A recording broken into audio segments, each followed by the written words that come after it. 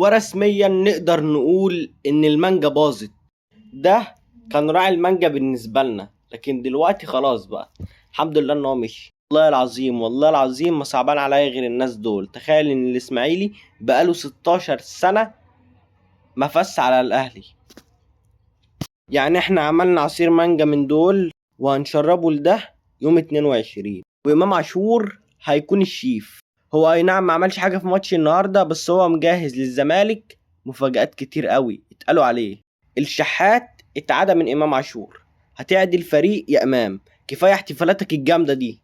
المكسب الحقيقي في ماتش النهارده هو محمد عبد الله واحمد رضا، اتنين من نار حرفيا. انا اضمن لك ان محمد عبد الله هيقدم اداء جامد في ماتش الزمالك، ومحدش يطلع يقول لي اصل لسه ما تعودش بقى على الاجواء والزمالك ومش عارفه ليه. لا، اللاعب الجامد بيلعب في الماتشات المهمه بجد. انا في اللقطه دي عمري ما توقعت ان هو هيعدي ما بين الاتنين.